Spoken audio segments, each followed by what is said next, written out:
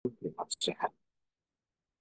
Lanjutkan kajian kita telah kitab Mafahim Siyasi sudah hadir masih membahas tentang permasalahan besar politik dunia. Kita masih membahas tentang Prancis. Salah ini pertemuan terakhir tentang Prancis. Kita lanjutkan.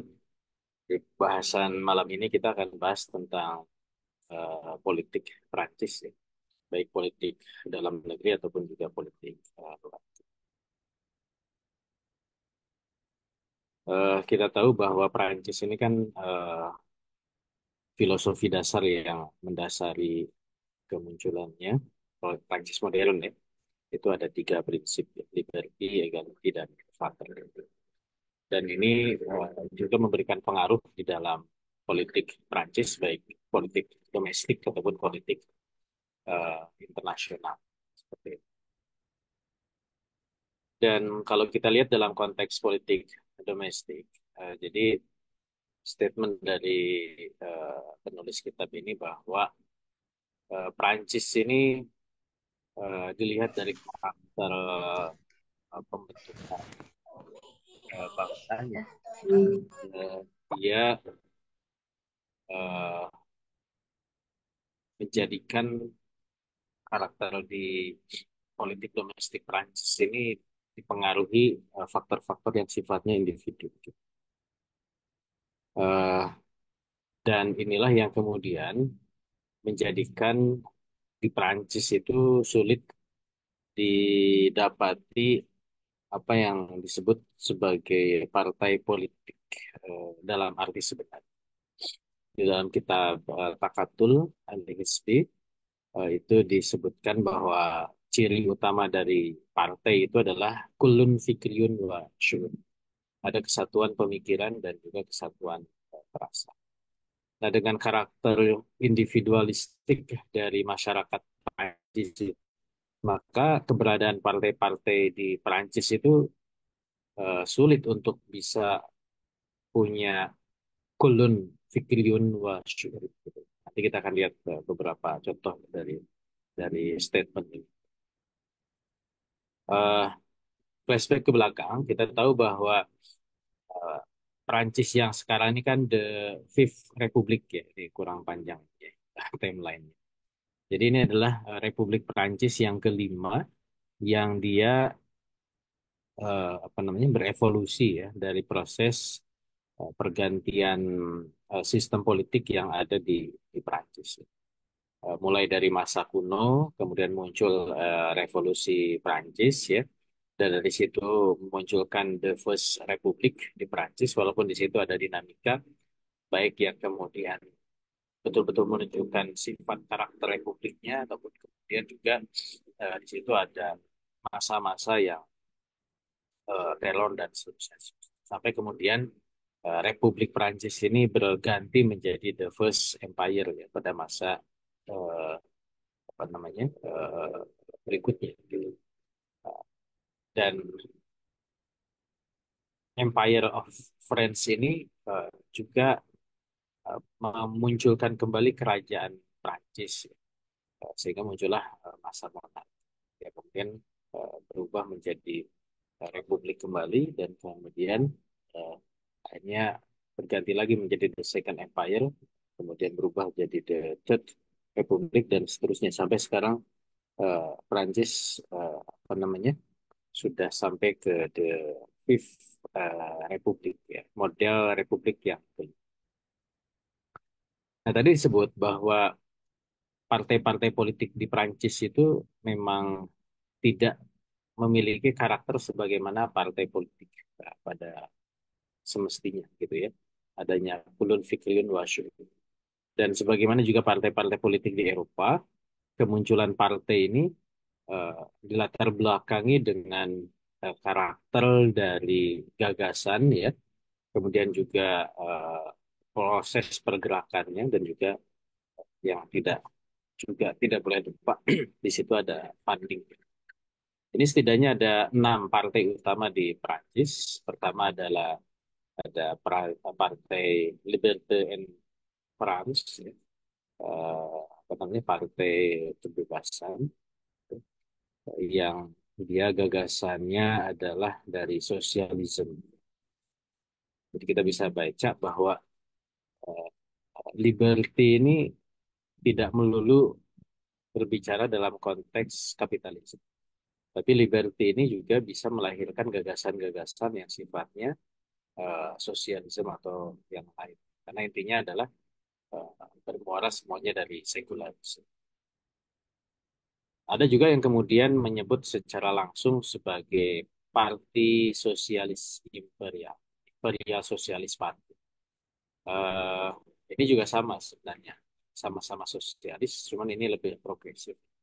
Kalau di Indonesia mirip Bapak PSI, dari lambangnya juga bunga mawar, itu kurang lebih memang gagasan internasional. Kemudian ada New Democratic Alliance atau Nouvelle Alliance Democratique. Ini juga sama, dia social liberalism. Kemudian juga ada Conservative Party, Partai Konservatif. Nah, ini yang lebih ke gagasan-gagasan kapitalisme. Ada liberal conservatism, economic liberalism, dan uh, kemudian juga ada Partai Patriot, ya, Patriot for the Empire. Nah, ini yang kemudian membawa gagasan-gagasan monarki Prancis. Ya. Dia punya romantika historis terhadap kejayaan Prancis di masa lalu. Dan berikutnya adalah eh, antitesa dari Patrio for the Empire ini adalah National Anti-Imperialist Party. Jadi ini antitesanya. So dia eh, Pansparatism, anti-imperialism, gitu, anti-monarchism. Kalau kita lihat dari keberadaan partai-partai ini tentu ini kembali ke yang proses demografi yang minggu sebelumnya sudah kita bahas bahwa memang ini menunjukkan bahwa gagasan-gagasan ini lahir dari eh, apa namanya kemajemukan ya masyarakat Prancis. Oke.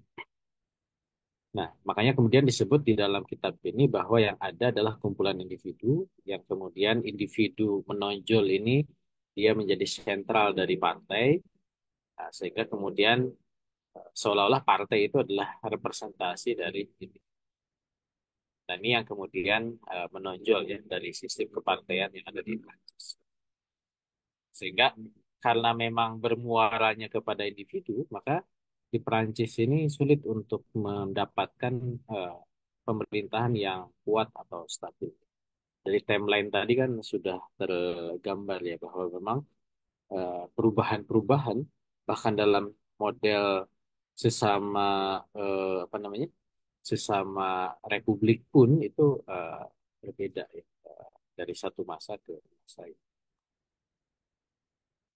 Nah, contoh misalkan ini siapa yang menjadi presiden di Prancis ya sejak tahun 1792 kalau tadi balik lagi ke masa Republik ya eh, sampai kemudian yang terakhir.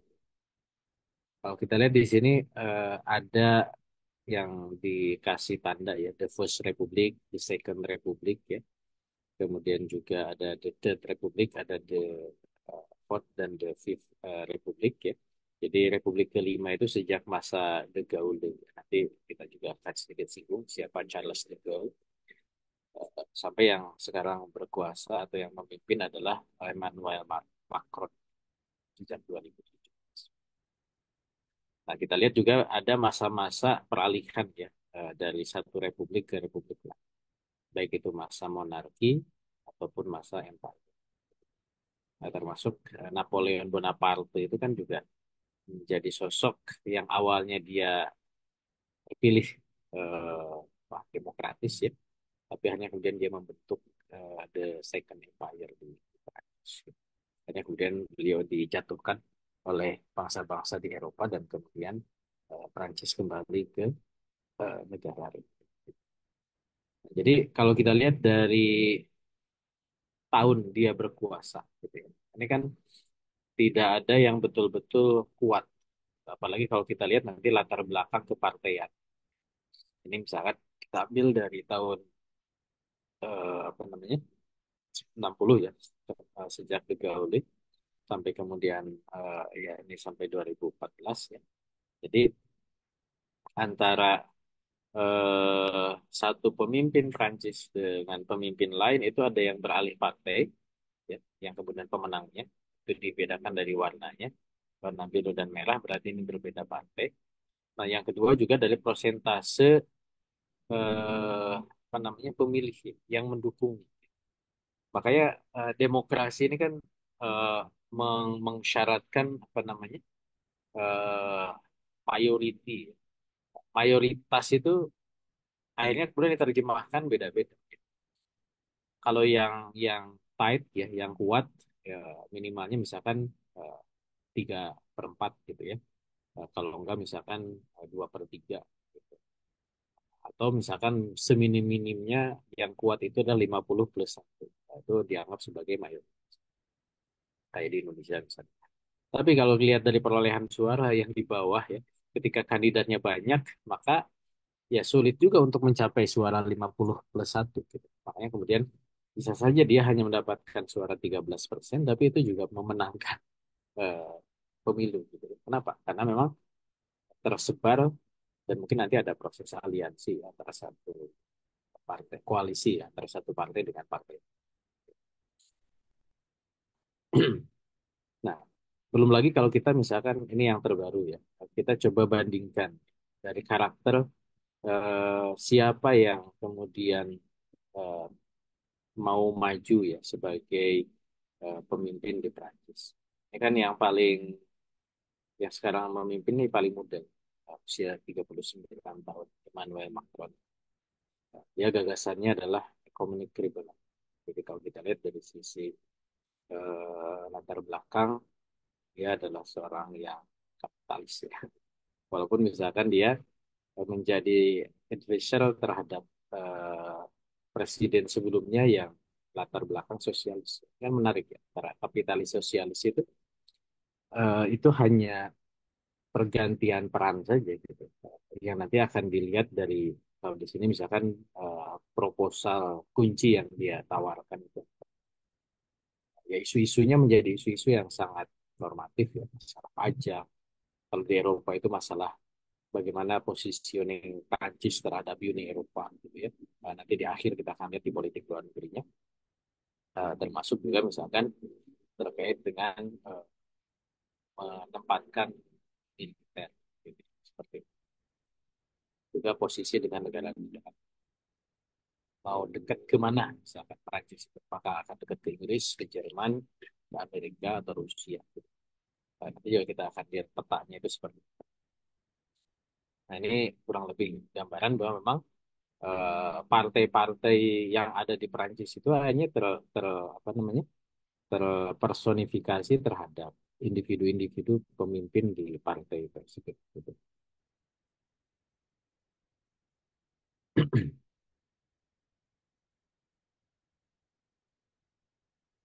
Nah itu di politik eh, dalam negeri ya. Makanya kemudian dari politik dalam negeri Prancis itu melahirkan sebuah tipikal perpolitikan yang memang khas gitu ya, bergantung kepada watak penguasa gitu. Dan bergantung kepada pemahaman mereka tentang tadi kebebasan itu sampai level. Nah, kalau kita lihat dari struktur politiknya, jadi memang sistem politik Prancis itu eh, dia menginginkan ada the strong executive. Makanya kemudian walaupun dia sistemnya apa namanya presidensial, ya ada presiden, tapi juga dia punya perdana menteri yang khusus ngurusi kabinet gitu. Nah ini yang membedakan misalkan dengan sistem parlementer yang presiden itu simbol. Kalau di Prancis presiden itu adalah kepala pemerintahan, termasuk kepala negara gitu ya. Eh, Sama seperti Indonesia presidensial. Cuman dia eh, ada perdana menteri yang ngurusi eh, ya semacam kalau dalam sistem Islam itu semacam muawin apa namanya Fit gitu ya, seperti itu ya. Kemudian dia betul-betul menjadi orang tangan kanan dari presiden. Nah, makanya kemudian presiden dengan perdana menteri ini menjadi satu kesatuan ya, untuk kemudian memimpin pemerintahan. Nah, ketika dia berhubungan dengan parlemen, baik kemudian ada National Assembly ya, supaya MPR lah di sini, dan Senat ya, DPD. eh, dan ini merupakan satu kamar ya, sorry, dua kamar ya, dipisah dalam satu kesatuan parlemen. Kemudian disitulah diharapkan secara domestik ke pemerintahan di Prancis ini menjadi pemerintahan yang kuat. Nah, ini yang kemudian pola terakhir ya dari sistem Republik Prancis, the Fifth Republic, yang berubah dari model-model sebelum. Ini detailnya. Jadi ada presiden, ada perdana menteri, dan juga ada National Assembly, ada Senat. Eh, Parlemen, baik National Assembly ataupun Senat, ini hampir mirip dengan Amerika. Walaupun kalau di sini dia kombinasi. Ada Electoral College ya, seperti Amerika dalam model pemilunya. Ada juga yang sifatnya indirect popular vote. Dia akan dibagi berdasarkan komunitas, departemen, dan region. Nah, karena eh, Prancis ini adalah bagian dari Uni Eropa, dan di Uni Eropa itu ada Parlemen Uni Eropa, maka Prancis itu juga punya jatah 74 orang dalam kursi di Uni. Nah, ini model sistem politik. Oke. Nah, bagaimana kalau kita bandingkan? Sedikit aja ya. Kita bandingkan misalkan dengan tetangganya Jerman. Jadi memang eh, Prancis itu dia punya karakter ya. Misalkan komponen inti yang dia miliki. Ya. Dia independen, aktivisme. Ya. Kemudian juga dia punya presence ya dalam kehadiran dalam misi-misi internasional. Beda dengan misalkan Jerman. Ya. Dia lebih strict, ya, lebih kaku gitu ya dibandingkan. Kemudian juga dalam konteks politik luar negeri, misalkan kalau Jerman itu selalu dilekatkan dengan peristiwa Perang Dunia Kedua, Holocaust, dan juga dikaitkan dengan stabilitas dan demokrasi seperti damai. Nah, kalau bicara Perancis, biasanya bicara tentang masalah apa namanya model republik, kemudian juga terkait dengan isu-isu sosial, ilmu pengetahuan, budaya, dan sebagainya. Nah, itu politik domestik ya, politik dalam. Nah, kalau politik luar negerinya, kalau kita lihat ya, politik luar negeri Perancis itu eh, sebagai negara adidaya pada masanya, tentu dia eh, kerangkanya adalah bagaimana dia menjadi negara imperial, negara yang punya wilayah, punya jajahan dan bagaimana dia menanamkan pengaruh di negara jajahan. Itu politik luar negeri eh, Prancis ya. Nah, sejak eh, Napoleon, ya, Napoleon itu dia punya kebijakan luar negeri atau politik luar negeri eh, untuk melawan Inggris. Karena memang dulu Amerika belum ada ya. Dan persaing utama dari Prancis itu adalah Great Britain. Intinya Prancis ingin Inggris itu terisolasi. Kemudian ingin Eropa itu berada di bawah kontrol dia dan kemudian dikuasai melalui penaklukan-penaklukan militer. Itu pada masa Napoleon. Makanya kemudian eh, pendekatan militer ini yang digunakan oleh Napoleon, ya akhirnya kemudian Napoleon berhasil bisa menguasai hampir seluruh benua Eropa, tinggal Inggris saja gitu. Walaupun ya akhirnya kemudian apa namanya digulingkan. Makanya romantika sejarah Prancis itu selalu dibayang-bayangi bahwa dia adalah penguasa Eropa. Karena secara eh, historis ya, secara faktual, eh, Prancis itu bisa disebut sebagai negara modern yang terbukti menguasai benua Eropa. Jerman kan terakhir berusaha ya, zaman Nazi, tapi dia tidak semasif eh, Prancis gitu ya. Sebelum Prancis ya zaman klasik kan, zaman Romawi gitu. Dan ini senantiasa menjadi semacam tadi ya romantik sejarah dari Prancis bahwa dia adalah eh, memandang Eropa itu diri Europe is more. Europe itu adalah ya Prancis gitu. Pada masa siapa? Ya pada masa Raja Charles ya, pada Charles ya, dan juga pada masa Napoleon. Nah berikutnya eh, ini yang terbaru bagaimana kemudian melihat eh, politik luar negeri Prancis ya dalam beberapa isu. Ini dalam kampanye presiden ya di Prancis antara Macron dengan Le Pen. Kalau kita lihat misalkan salah satu aja lah dari Macron ya yang memang dia kuasa ya. Eh, Makanya isu terorisme ini juga menjadi isu yang diangkat oleh Prancis, terutama di wilayah-wilayah yang menjadi pengaruh dari Prancis. Di poin bawah itu disebut ada Tunisia, Yordan, Turki, dan Afrika. Nah, kita tahu memang Prancis itu masih masih cukup kuat pengaruhnya di Afrika. Kemudian di Afrika Utara, termasuk di situ ada Tunisia. Nah, di Timur Tengah dia juga punya hubungan yang cukup kuat dengan Yordan dan Turki.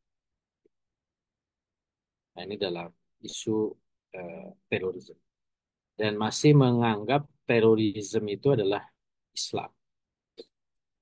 Ini juga di apa namanya di mention di sini. Misalkan dia punya gagasan bagaimana reorganize Islam di Prancis untuk melawan narasi-narasi radikal. Itu juga muncul menjadi salah satu yang diangkat ya oleh eh, Macron. Nah, kalau Le Pen ini tidak terlalu ke sana ya isu-isu yang dia. Bahkan dia justru membuka kepentingan dalam isu teroris. Berikutnya bagaimana memandang Uni Eropa. Nanti pertanyaan di akhir ya kita lihat. Eh, Kalau kita lihat dari sini bahwa memang masih cukup menonjol ingin memposisikan Prancis itu sebagai pemilik dari Eropa. Ini yang kemudian dilihat ya, dari isu yang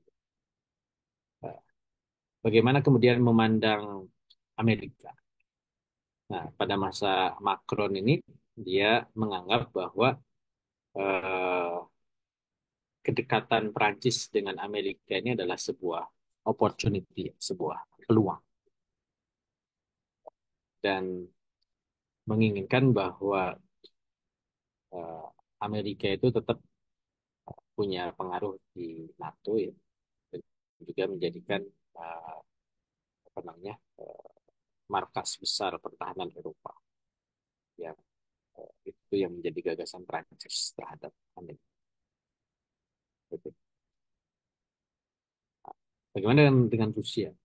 Kalau Rusia ini kan case-nya sudah terjadi di perang Ukraina.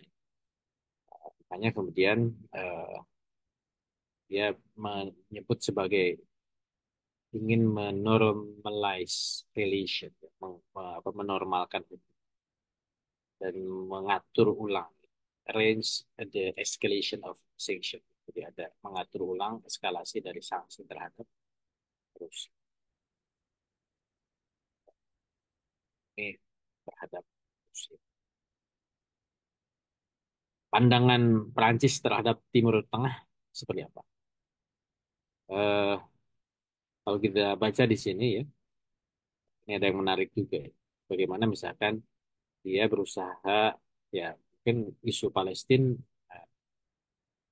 apa namanya, dia mendorong ada legitimasi ya, terhadap negara Palestina. Walaupun eh, kita tahu juga eh, dia merancang ada perdamaian antara Israel dan Palestina.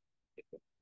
Nah, yang menarik adalah eh, do not be close on Turki. Jadi jangan terlalu terbuka dan dekat dengan Turki. Nah, siapa negara Timur Tengah yang menjadi partner penting? Itu adalah negara the Maghrib is among our most important partner. Gitu. Nah, walaupun di Asia, apa di Afrika Utara itu ada isu stabilitas. Gitu. Nah ini penting ya terhadap Timur Tengah. Nah Asia kuncinya di China. Jadi walaupun memang tidak terlalu terlalu jauh lah buat Prancis untuk ikut campur ke Asia. Walaupun dia tetap memandang memang negara yang paling penting di Asia itu adalah Cina. Berikutnya adalah ya, India. Ya. Negara-negara lain nggak disebut. Walaupun tadi isu Laut Cina Selatan itu juga menjadi isu yang diharapkan Eropa punya peran. Itu menurut Mas. Nah, balik ke Afrika. Afrika tadi disebut itu adalah di kawasan yang sangat penting ya, buat Prancis. Bahkan punya gagasan untuk uh, launching political and military review of the French military base in Afrika. Jadi karena kita tahu ada pangkalan-pangkalan militer Prancis di Afrika, termasuk juga isu uh, radikalisme itu dilawan dengan uh, La Francophone. Nah, nanti ada isu budaya ini juga kita kita kita lihat petanya. Bagaimana negara-negara Francophone itu negara-negara yang dipengaruhi oleh budaya Prancis itu menjadi eh, cara ya Prancis melalui isu budaya untuk mengaruhi negara. Nah, tapi kita harus lihat bahwa Prancis itu adalah negara penjajah dan dia negara kapitalis. Makanya kemudian penguasaan Prancis terhadap negara jajahan dan mempertahankan negeri jajahan itu menjadi kata kunci juga buat Prancis sebagai negara imperialis gitu ya. Walaupun tadi kekuatan Prancis itu tidak sekuat dibandingkan pada masa-masa sebelumnya. Kalau misalkan dulu pada masa Napoleon ini ya, bagaimana Prancis itu dia berusaha menguasai wilayah-wilayah seluruh Eropa. Kalau kita lihat peta ini kan Prancis itu yang warna coklat gitu. Nah, yang hijau itu negara-negara yang dikontrol oleh Napoleon. Spanyol, kemudian sebagian Jerman ya, kemudian Itali gitu itu warna hijau. Termasuk juga apa, yang sekarang jadi Polandia ya, Duchy of Warsaw. Eh, yang warnanya ungu, nah itu dia negara yang punya persekutuan, jadi elang. Nah, yang melawan itu tinggal Inggris, Rusia, dan beberapa kerajaan kecil, ya, Portugal, ya, Sardinia, dan Swedia. Ini pada masa itu. Nah, kalau kita lihat negara-negara seluruh dunia yang pernah, ini istilahnya pernah ya, pernah dikuasai oleh Prancis. Walaupun kalau kita bandingkan dengan Inggris kan tidak sebanyak Inggris, tapi setidaknya dia eh, pernah menguasai seantero penjuru bumi juga. Gitu. Mulai di benua Amerika ya, di daerah Kanada dan eh, misalnya di Amerika Serikat dan juga beberapa negara di eh, Amerika Tengah, ya, di Karibia, Amerika Selatan, dan Guyana, Prancis sampai sekarang jadi Prancis dan beberapa pulau. Nah di Afrika ini di Afrika Utara dan Afrika Tengah, Afrika Barat ya ini juga sampai sekarang masih. Kemudian di Asia ya di Indochina ya. Kemudian juga sebagian dari India. Gitu. Nah, sisanya bahkan di Eropa itu kalau kita lihat warnanya hijau, hampir hijau semua. Artinya Eropa itu dulu tadi saya sebut bahwa dia adalah eh, kawasan yang pernah dikuasai oleh Inggris saja belum pernah gitu. Inggris itu dia mainnya ke luar Eropa. Tapi kalau di Eropa justru Perancis itu pernah dia menguasai. Inggris itu belum pernah dia menguasai Eropa.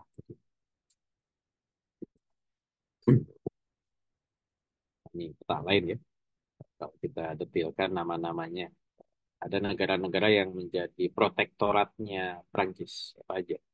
Kamerun, Fezzan, Lebanon, Maroko, ya, Syar, Libya, Togo, Tunisia. Ada yang menjadi koloni, Madagaskar, gitu. Kemudian juga ada yang memang dia kuasai. Ya. Di Indochina itu ada Kamboja, Laos, Turki. Ini yang sekarang jadi Vietnam.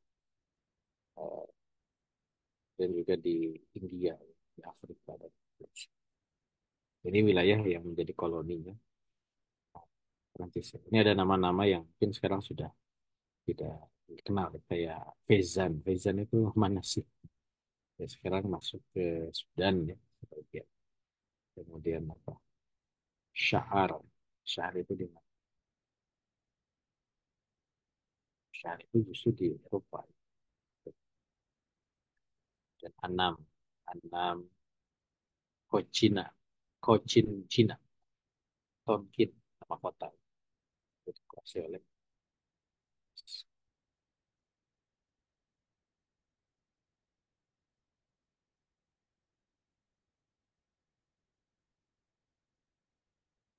ini peta lain kolonialisme Prancis. Dan memang eh, bersama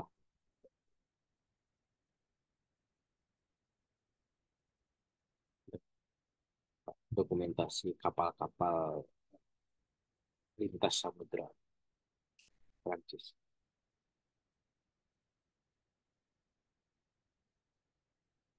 Nah, kalau kita lihat dari jumlah penduduk ya, di tahun 39, eh, Prancis itu 41 juta.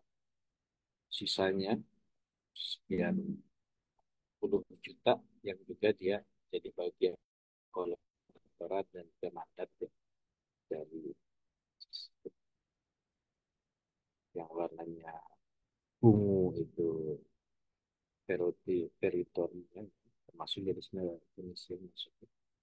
Kemudian ada koloni dengan Afrika, ada protektorat di Indochina, dan ada mandat. Nah, mandat ini kan pasca Perang Dunia ke-1.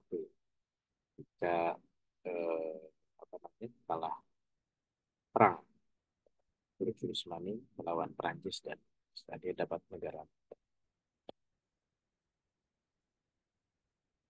Nah, ini proses dekolonialisasi. Jadi setelah Prancis pasca Perang Dunia Kedua ya, semakin melemah dan ada dorongan untuk kemerdekaan di masing-masing koloni Prancis, mulailah beberapa koloni itu menjadi negara yang terpisah. Muncul perang Vietnam tahun 54. Ini lihat tahunnya. Yang ungu tua itu 45 sampai 54. Vietnam, Indochina, Kamboja. Ini udah lepas. Berikutnya di Syria itu udah lepas sedari awal. Lebanon. Kemudian juga di Afrika. Ya. Nah, yang terakhir saya itu di Aljazair ini yang terakhir. Djibouti juga di terakhir. Sekarang masing-masing itu sudah lepas dari koloninya Perancis, walaupun sebenarnya pengaruh Perancisnya masih ada. Nah, ini rute apa namanya? Kalau kita lihat ya, segitiga ya, segitiga pergerakan. Perancis bawa produk dan manufaktur ke Eropa, ke Afrika. Dari Afrika dia bawa budak ke Amerika Latin. Amerika Latin dia bawa apa namanya? Kopi, kakao itu ke Prancis, ke Eropa, ke Poland. Nah, ini eh, kurang lebih penempatan militer. Jadi militer Prancis itu masih, ini kurang jelas petanya, masih menempatkan tentara-tentara di luar Prancis tahun 2015 ya. Nah, sama seperti Amerika, walaupun dengan berbagai eh, pola ya, baik penempatan militer, operasi militer atau mungkin hanya sekedar support ya.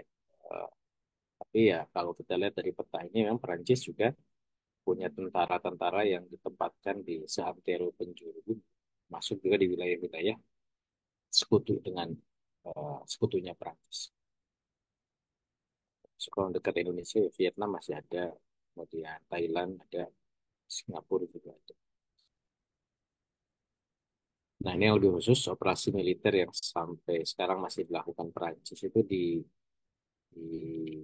Barkhed, Sahel region di Sahara. Gitu.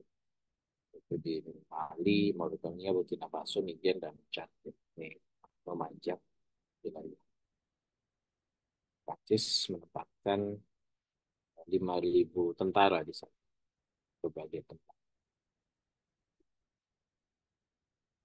Nah, jadi model kapitalisme Prancis itu seperti apa? Itu model tradisional post-war model. Jadi, eh, sebenarnya hampir sama lah dengan kapitalisme. Walaupun di tahun 90-an ke sini itu ada penyesuaian dengan eh, restrukturisasi dari ekonomi Prancis ya di sana.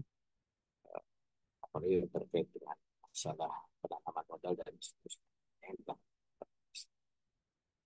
pertanyaannya apakah masih namanya masih visible ke depannya ya sedikit karena memang akhirnya kemudian Perancis menghadapi tantangan ya dalam corporate market secara internasional.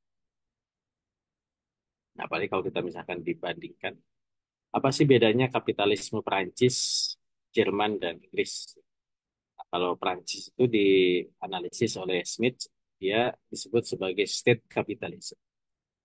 Hampir mirip dengan Cina, walaupun mungkin kalau Cina karena memang muaranya dari komunis ya, eh, komunis sekarang ada kapitalis jadi state kapitalisme. Tapi kalau Perancis itu memang dari awal kapitalis. Cuman dia kontrol negaranya cukup kuat, ya, makanya muncul state capitalism. Nah, beda dengan Inggris ya. Oke, Inggris, Amerika itu kan market kapitalis.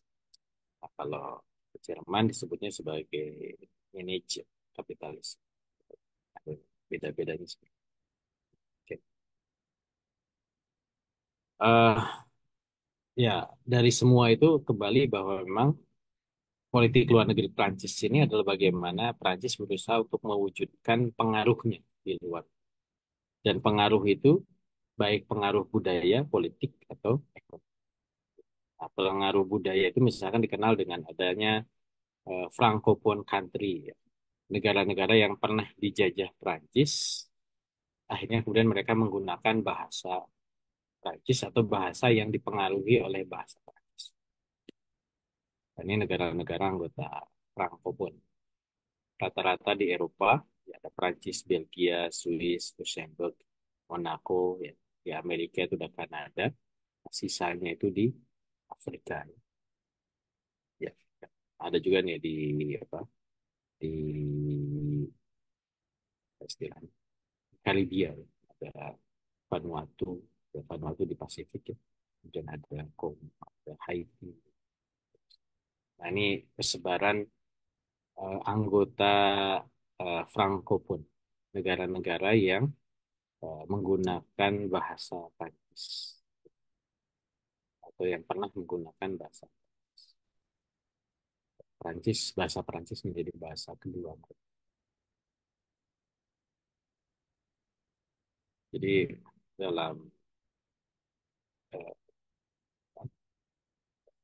data statistiknya kurang lebih dari seluruh penduduk bumi ini 220 juta yang menggunakan bahasa Prancis dengan persentase yang berapa? Yang merah itu yang di atas 60%. Sisanya yang semakin kayak di Kamboja, Vietnam ya masih ada walaupun di bawah 5%. Di negara-negara yang kan itu bahasa lokalnya dipengaruhi oleh bahasa. Nah, Perancis juga dia membentuk ya berbagai organisasi, termasuk juga saluran-saluran budaya.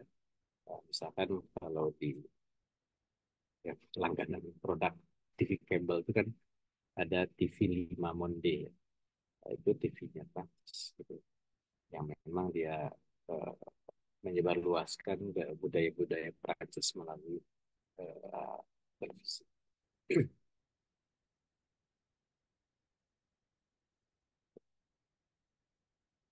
Jadi kalau dilihat dari peta Prancis sebagai sentral, jadi negara-negara dengan warna biru, hijau, ini negara-negara yang kemudian eh, di situ ada pengaruh dari bahasa Prancis.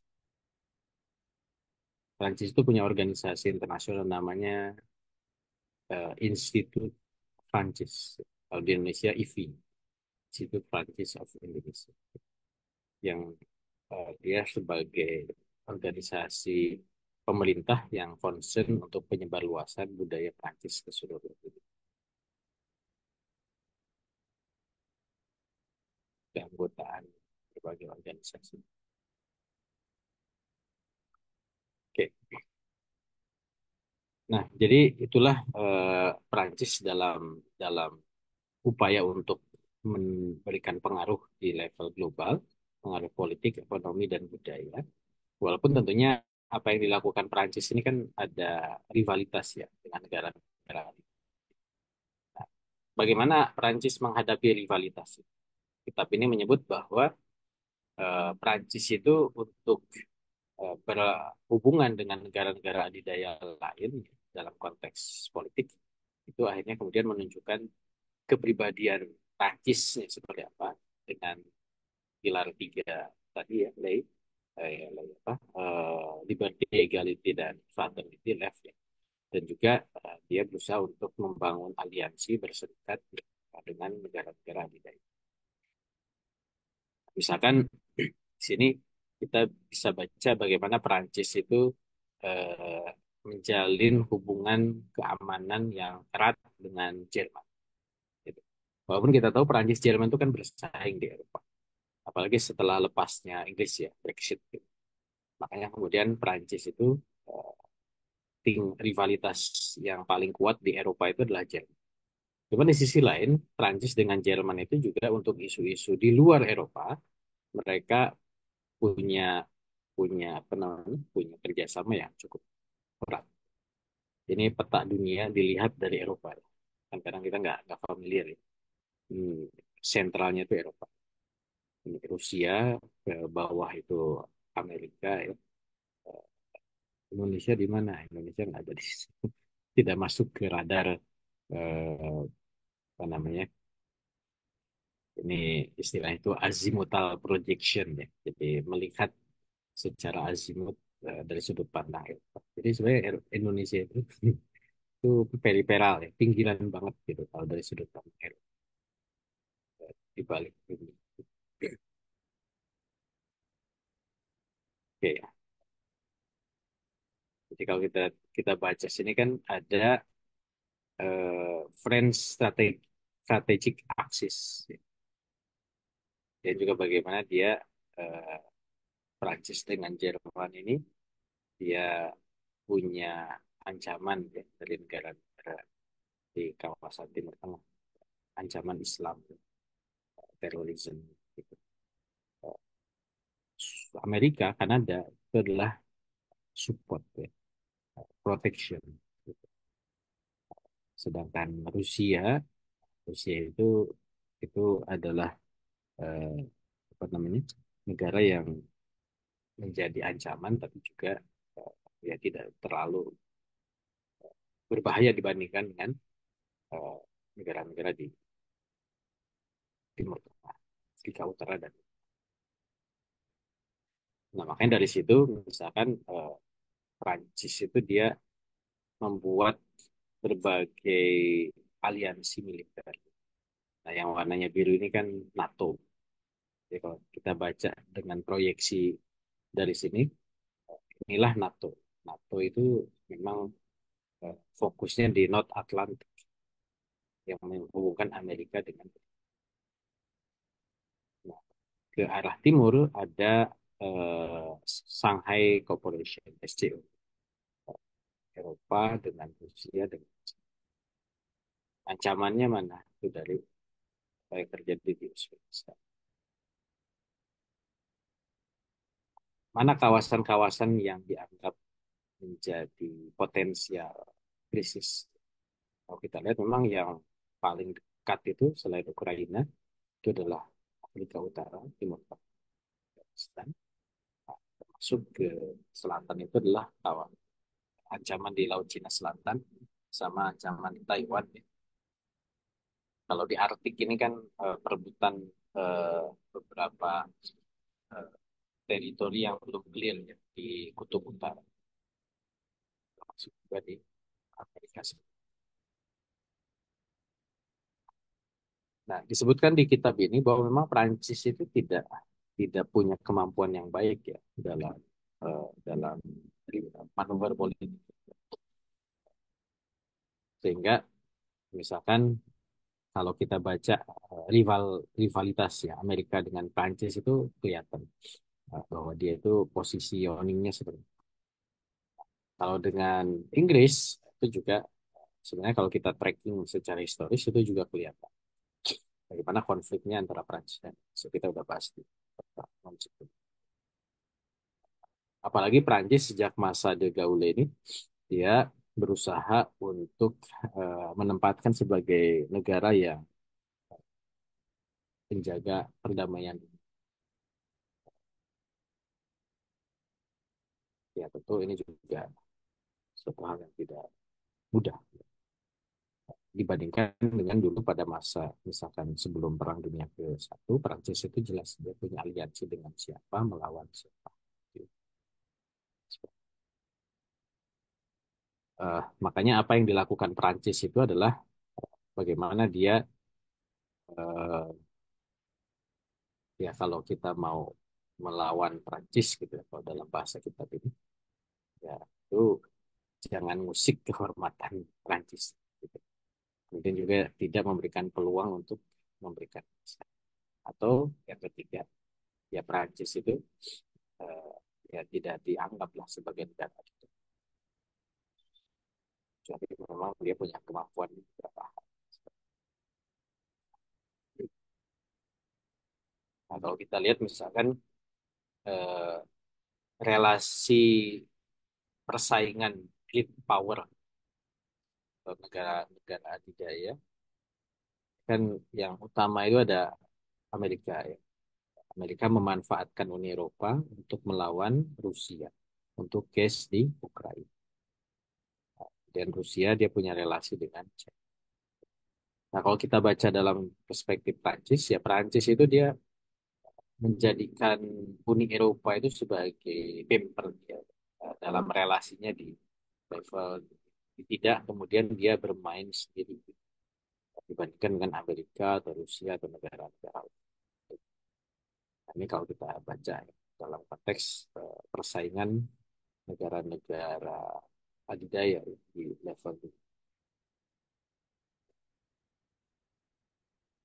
Sehingga ketika Eropa dengan Rusia ini punya case di Ukraina, gitu, dan ini kemudian meluas ke wilayah Laut Hitam, termasuk juga bagaimana akses ke Asia Tengah.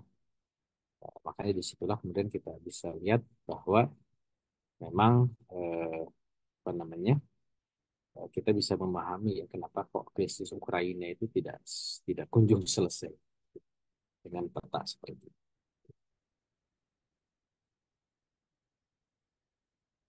Sama ya, ini bahasa Prancis.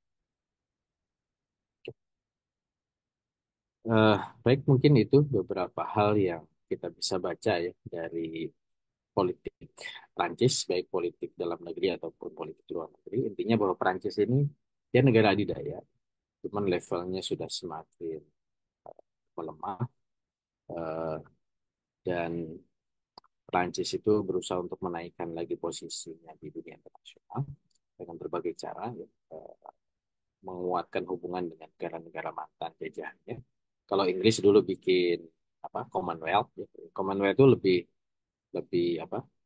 Lebih uh, kuat ikatannya. Tapi kalau Perancis itu dia lebih soft, pakai Francophone, pendekatan budaya. Gitu. Eh, nah, itu yang kemudian dilakukan oleh Perancis. Gitu. Walaupun tadi dalam konteks rivalitas di level global, Perancis ini memang ya dia memanfaatkan wadah lain ya semacam Uni Eropa untuk bisa menempatkan positioningnya dalam rivalitas konstelasi internasional. Ya, walau alam.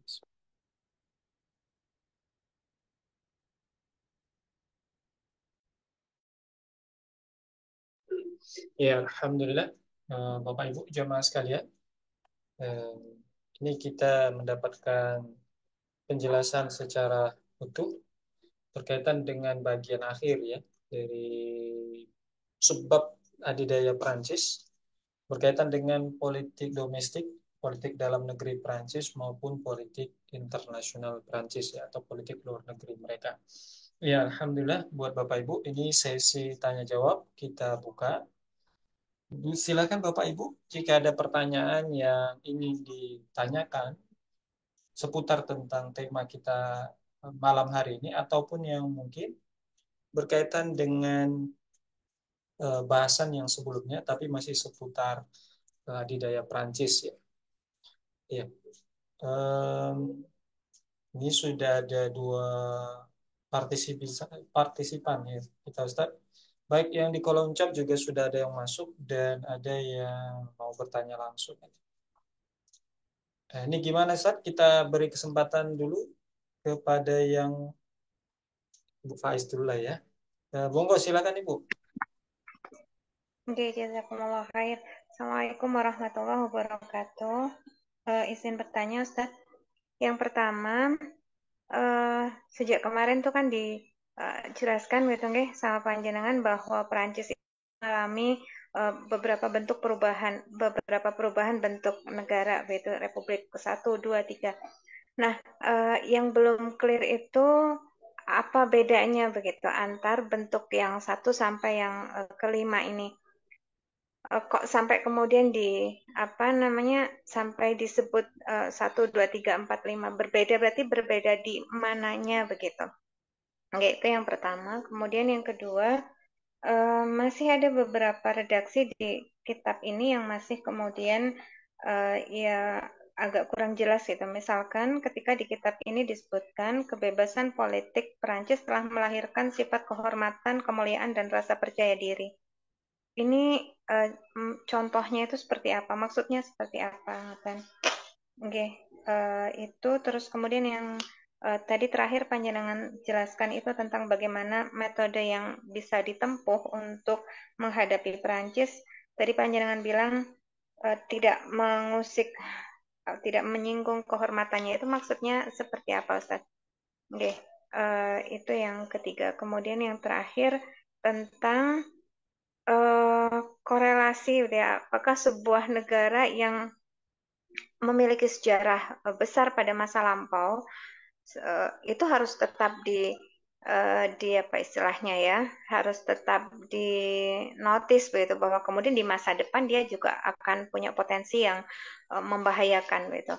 Karena tidak dipungkiri kan dinamika itu berjalan gitu ya, konstelasi dunia itu berjalan dengan dinamikanya yang akhirnya bisa jadi sebuah negara yang besar pada masa lampau di masa depan juga tidak lagi begitu, tidak lagi ada pada posisi itu. Oke. Nah, mungkin itu jadi seberapa harus begitu terus dimonitor gitu sebuah negara yang pada masa lampau punya punya sejarah besar itu. Padahal kan belum tentu itu ke depannya eh, mereka akan tetap seperti itu. Oke, sampun Ustaz, jazakumullah khair.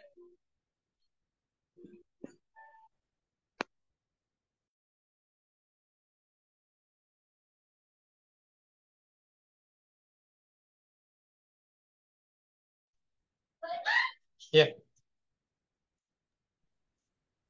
Ya, kemudian nanti kalau ada yang kelewat di lagi ya, jadi nggak sempat kecatat semua. Yang pertama tentang perbedaan Republik 1 sampai 5 ini apa ya? Yang pasti adalah dari timeline ya, dari waktu. Waktu itu udah menunjukkan eh, masa yang berbeda ya antara Republik eh, apa namanya the First Republic sampai kemudian yang terakhir the Fifth Republic gitu. Itu dari sisi waktu ya. Eh, tapi ide dasarnya seperti yang sudah kita bahas di pertemuan sebelumnya bahwa eh, masing-masing itu ya, sebagaimana namanya, nah Republik itu menunjukkan bahwa eh, eh, apa namanya kekuasaan ke tangan rakyat. Republik mengembalikan kepada rakyat. Nah, kenapa kemudian terjadi fase ya karena dinamika ya dari Republik yang pertama. Republik pertama itu kan muncul pasca apa namanya pasca Revolusi Perancis. Ketika memang gagasan Republik itu muncul, akhirnya mereka betul-betul menginginkan negara Perancis apa berdasarkan gagasan tiga tadi ya, liberty, equality, dan fraternity. Walaupun First Republic pasca Revolusi Prancis ini juga mengalami dinamika, ya, mengalami dinamika. Karena di dalamnya tidak sepenuhnya sepanjang masa sejak tahun 1792 sampai 1804 itu Republik pertama itu betul-betul republik gitu. Karena kan di situ ada masa teror, ada masa direction, ya, ada direktori satu, direktori dua, dan masa konsulat gitu. Sampai akhirnya eh, setelah sekian tahun, tidak terlalu lama sebenarnya, 92 sampai 1804 itu kan hanya 12 tahun, betul ya, 12 tahun, itu kecewa juga dengan model republik. Makanya melahirkan eh, First Empire pasca Republik. Kenapa First Empire? Karena tadi kecewa dengan republik, akhirnya kemudian mengembalikan kekuasaan ke tangan dari 1804 sampai 1848, cukup lama itu masa kekaisaran itu kan berbagai proses juga ya. Terus Empire, ada Bourbon Restoration, ada monarki ya. Sampai kemudian mereka rindu lagi balik muncullah Second Republic. Ketika balik ke Republik ternyata juga tidak seideal yang mereka. Akhirnya muncul Third Republic 18 1870 gitu ya. Nah, di situ muncul masa The Third Republic sampai kapan? Sampai jelang Perang Dunia eh, ke satu 1940. Jadi yang cukup lama itu pada masa apa, Third Republic. Kenapa dari 40 dia jatuh? Ya karena kan 40 itu Prancis dikalahkan oleh Jerman, oleh Nazi Jerman. Dan Prancis itu menjadi negara bonekanya. Makanya kemudian Prancis berubah lagi, dia menjadi istilahnya itu negara apa ya? Negara Vichy ya, negara-negara boneka gitu. Negara boneka sampai kemudian kalah di Perang Dunia Kedua, Jerman, Prancis kembali muncullah Fourth Republic. Nah, Fourth Republic dengan eh, Republik keempat dengan Republik kelima ini kan berkelanjutan. Apa sih yang membedakan Republik keempat dengan Republik kelima? Ya, penataan lah. Kalau kita anggap seperti di Indonesia itu eh, perubahan perundangan gitu ya, kemudian perubahan sistem politik ya, sehingga dibuat lebih apa istilahnya itu lebih stabil, lebih Ya kayak dulu misalnya Indonesia kan belum ada MK, jadi ada MK dan seterusnya. Itu pada masa peralihan ya, antara Republik keempat dan kelima itu eh, dibuat konstitusi baru gitu ya. Makanya disebutnya sebagai konstitusi Republik kelima. Jadi dia adalah konstitusi Prancis eh, tahun 58 ya. Itu kemudian dia eh, ya karena berubah konstitusinya maka muncullah sebutan the Fifth Republic dengan menggunakan konstitusi yang sama lah kayak periodisasi di Indonesia itu kan ada, kalau kita sering menyebutnya demokrasi dulu ya, terpimpin, demokrasi parlementer, demokrasi Pancasila, demokrasi itu kan menunjukkan periodisasi berdasarkan konstitusi gitu. Nah, kurang lebih sama lah, Prancis itu betul. Jadi yang membedakan itu di 1 sampai ke 3. Ya. Tapi ke 4 sampai ke 5 itu sebenarnya ada perubahan konstitusi. Itu yang pertama. Ini yang kedua, ketiga tadi mungkin bisa diulang, Pak. Nah, yang berikutnya adalah tentang eh, sejarah itu dinamis ya, masa lampau. Makanya nanti setelah bahas negara-negara, ya, kita kan udah bahas berbagai negara nih. Nanti setelah Perancis kita bahas negara terakhir itu Rusia.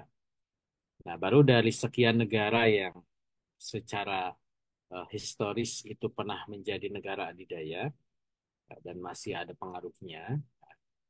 Negara mana yang kalau tadi apa ditanyakan yang betul-betul harus diperhatikan itu nanti di pembahasan berikutnya ya.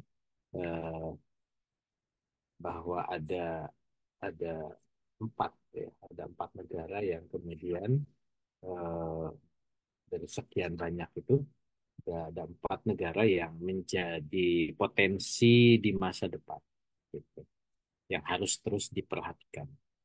Perspektif tahun 2004 ya. Apa saja?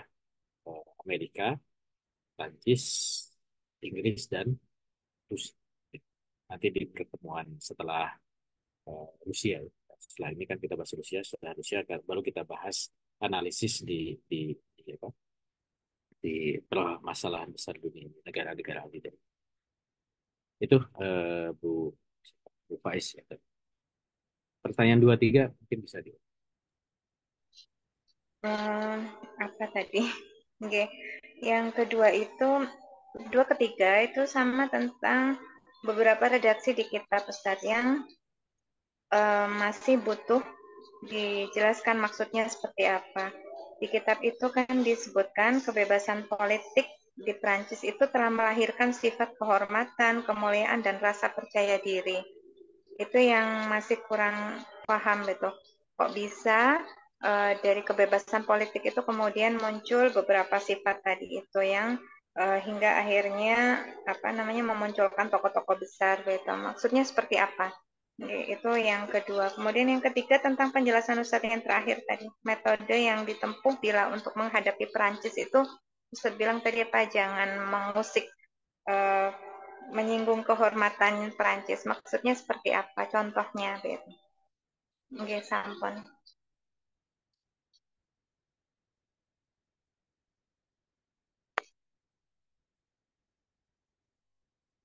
Ya, sebenarnya ini nyambung ya, bahwa memang kita udah bahas di pertemuan sebelumnya bahwa ada karakter utama dari bangsa Perancis itu adalah karakter uh, individualisme.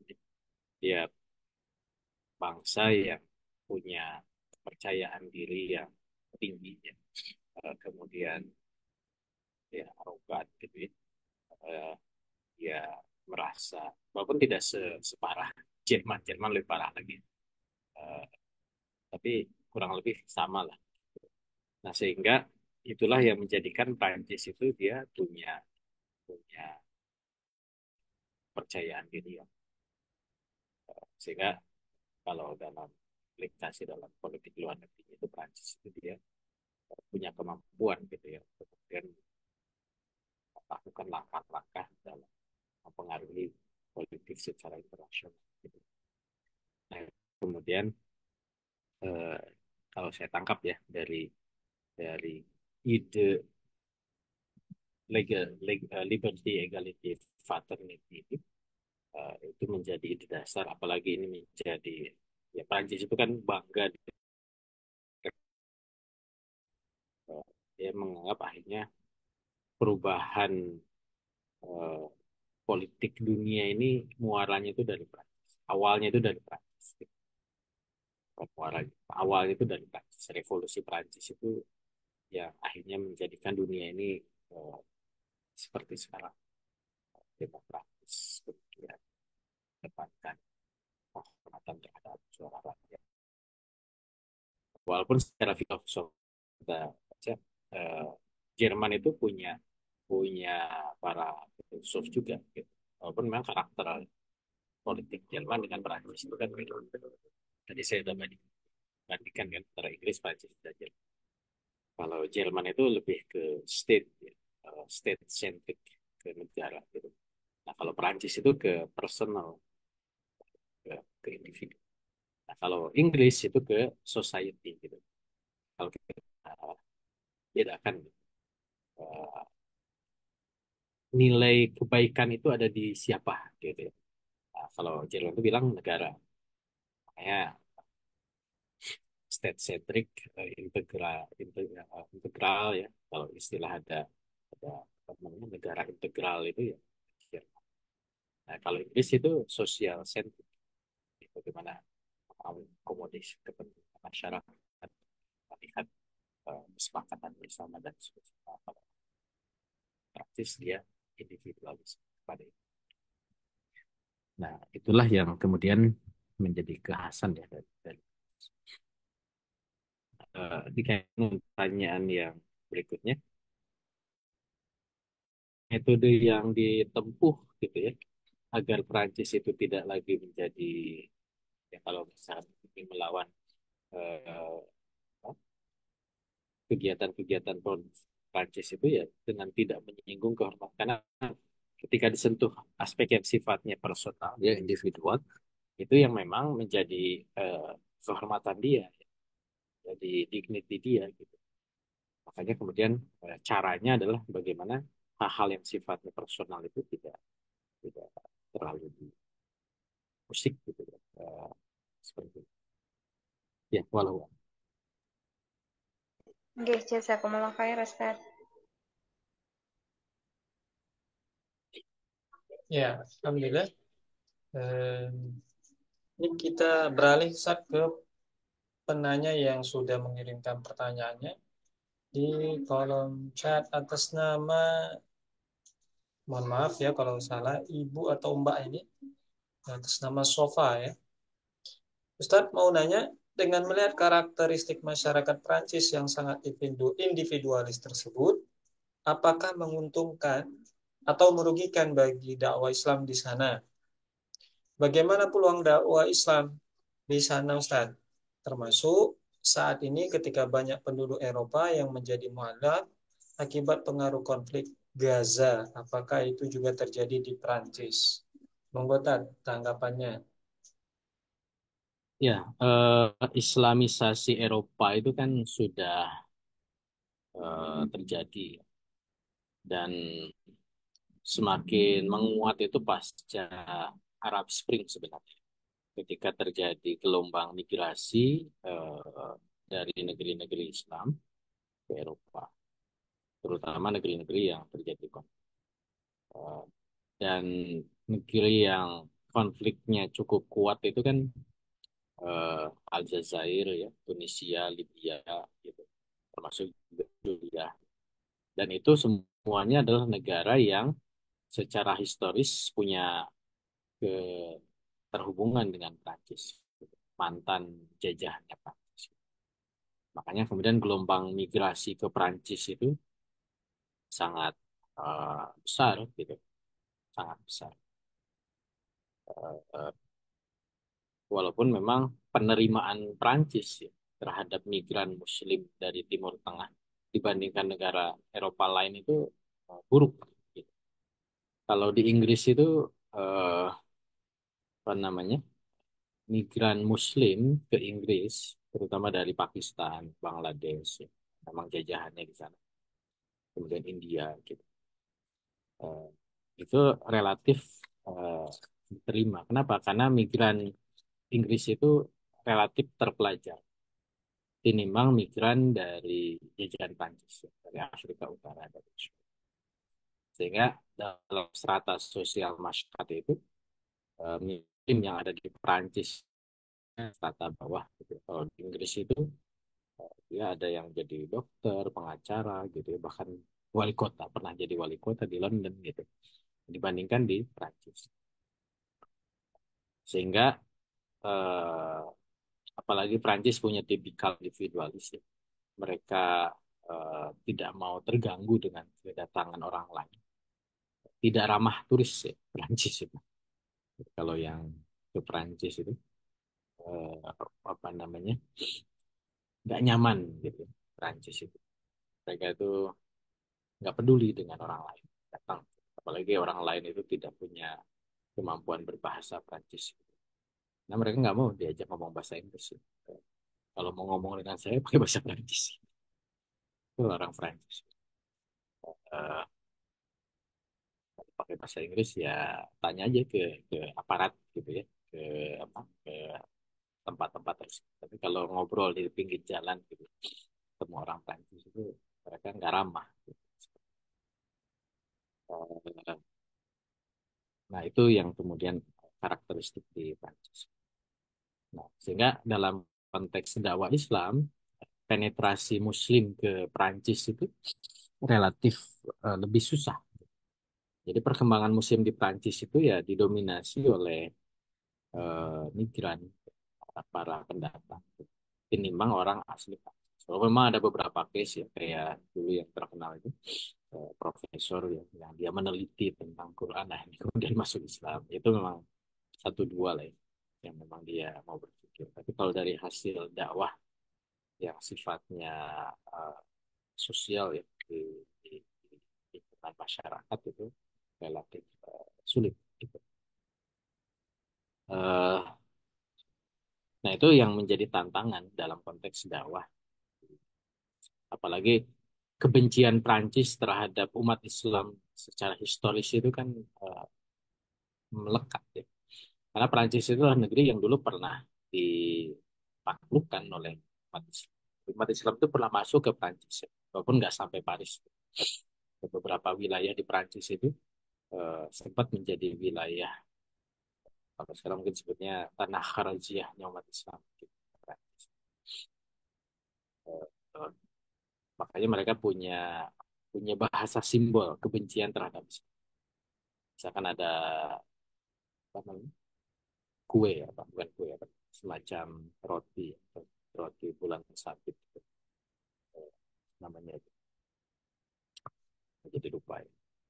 Nah, itu dibuat kue bentuknya bulan sabit sebagai simbol Islam, dan cara makan itu cara makan dengan kebencian. Nah croissant, terima kasih. So, croissant itu croissant itu kan sabit, dari namanya itu sabit gitu. Kuenya sih enak renyah gitu ya. Cuman ya setelah baca filosofinya jadi mikir, cuman ya kan hukumnya kan mubah makan kue itu. Cuman itu ada filosofinya, gitu. Filosofi kebencian terhadap Islam. Dan harus bentuknya itu begitu. Croissant itu harus sabit. Gitu. Kenapa harus sabit? Karena itu adalah simbol dari Islam yang harus dipotong pakai ditusuk sama garpu dan dipotong sama pisau gitu. Potong-potong dulu baru dimakan. Cara makan itu diajarin gitu ya, ya dengan ajaran kebencian. Itu yang kemudian menjadikan apa ya dakwah Islam di Prancis itu ada tantangan. Nah, apalagi eh, case Palestina ya. Walaupun tadi misalkan dalam kebijakan politiknya Macron itu dia support terhadap State of Palestine.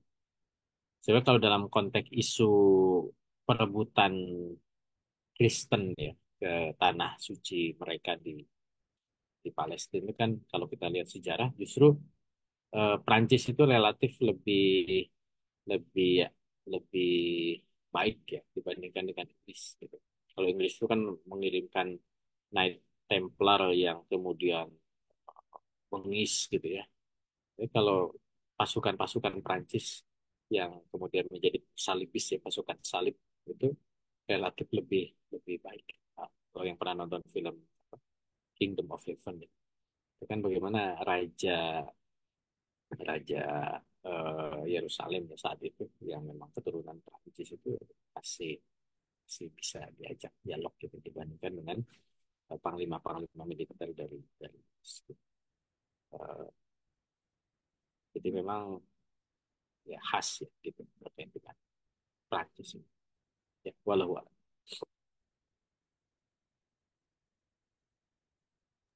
Ya, Alhamdulillah. Eh, Pertanyaan Ibu Sofi sudah terjawab tadi ya. Kita coba konfirmasi dulu dari jamaah Bapak Ibu. Kira-kira masih apakah ada yang lagi ingin ditanyakan? Jika tidak ada, berarti ini menjadi pertanyaan penutup tadi ya. Ya, Alhamdulillah kalau begitu Bapak Ibu. Kira-kira dari Ustaz ada yang disampaikan Ustaz untuk sesi kita malam ini? ya alhamdulillah kita sudah tuntaskan ya tentang Prancis dengan berbagai tips. Insya Allah nanti tinggal satu adidaya lagi, jadi ada 7 ya adidaya yang kita bahas, tinggal Rusia. Nah, baru nanti masuk ke pertanyaan tadi.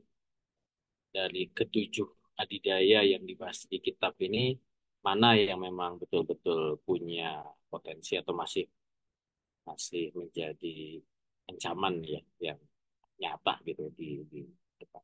Walaupun nanti juga kita perlu analisis juga ya. Karena selalu jadi pertanyaan gimana dengan Cina gitu kan, emang nggak di mention di sini gitu. Tapi nggak apa-apa, ini kita bisa diskusikan walau